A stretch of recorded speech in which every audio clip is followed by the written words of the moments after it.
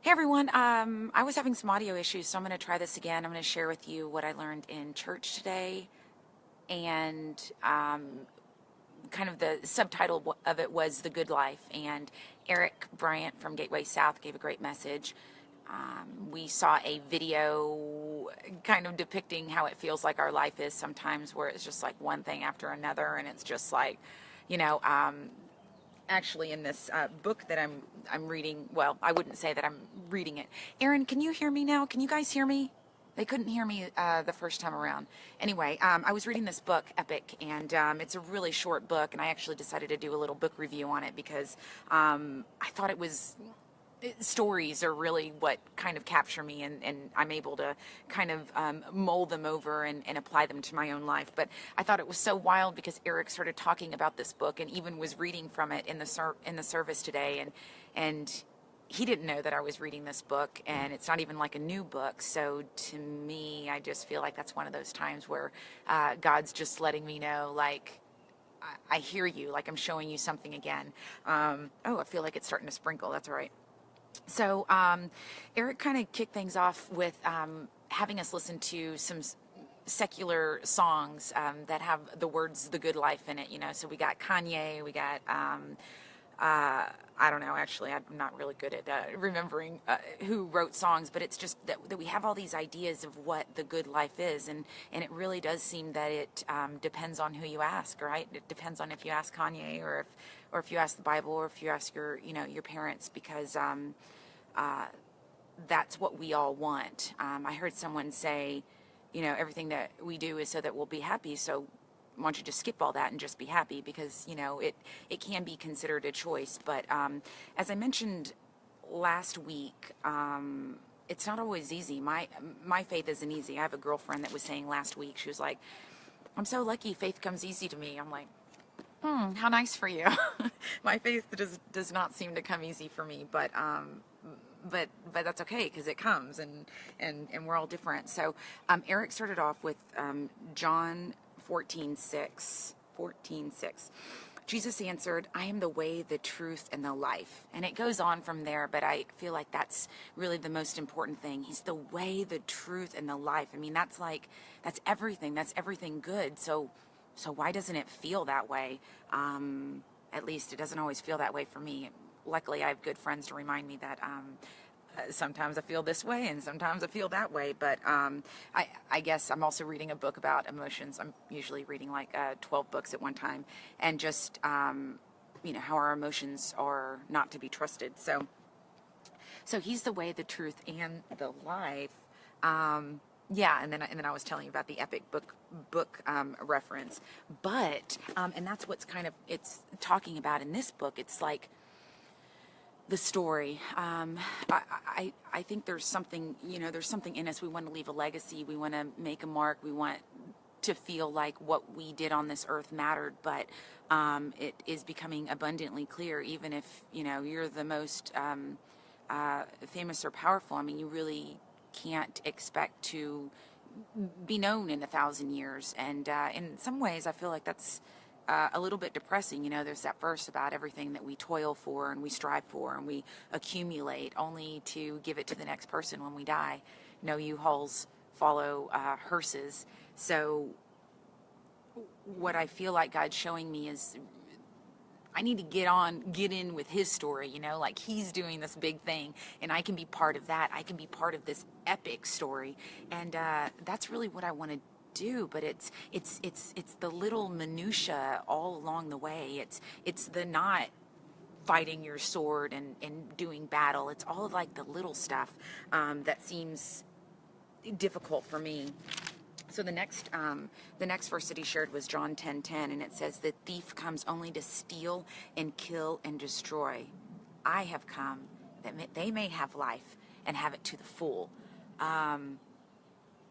So I'm really thinking about that a lot, because I'm thinking about, the people that I know or the people that I think have a good, full life, and what characteristics does their life have, and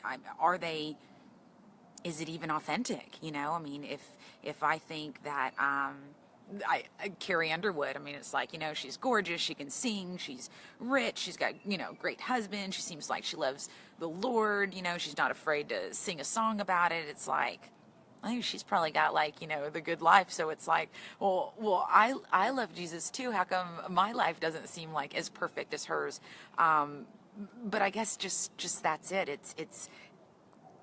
We're trying to look for some sort of good life that actually transcends our circumstances. And I think that is, it's almost impossible for some of us to believe. I mean, I think we get glimpses of it, but a lot of times it just feels so impossible for us to believe that things can be better, that we just settle for whatever's right in front of us. He talked about Genesis and how this has been happening ever since Eden. Ever since the beginning of time, the devil has been telling us that God's holding out on us, and we believe it. Eric said something profound. Eden didn't just happen then; it happens every single day. Every day we have a choice choosing between life and death, and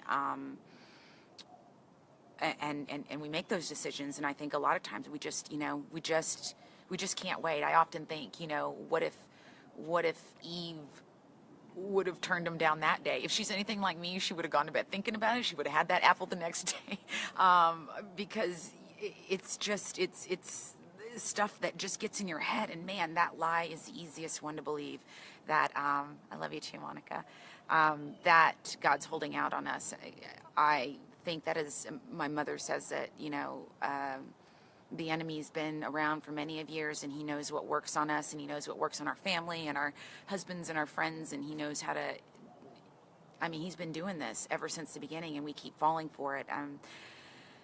But luckily we have someone that came to give us life and to give it in abundance. And even though it doesn't always feel like that, like I gotta believe that, because I feel like I already tried doing it the other way and it wasn't there. So I don't know, sometimes it's just like you just get stuck in the hey Eric, I do believe in the Bible literally, but it's funny that you should ask that, because we talked about that a little bit in church today, about the snake talking to Eve, and that some people say, that's what I have a hard time, that's why I have a hard time believing in the Bible. But I think C.S. Lewis does a good job of really kind of explaining that there's definitely a different world, and if this were a time in life that, like, if you have really ugly, I'm having a conversation with Eric here. I see how it could be hard.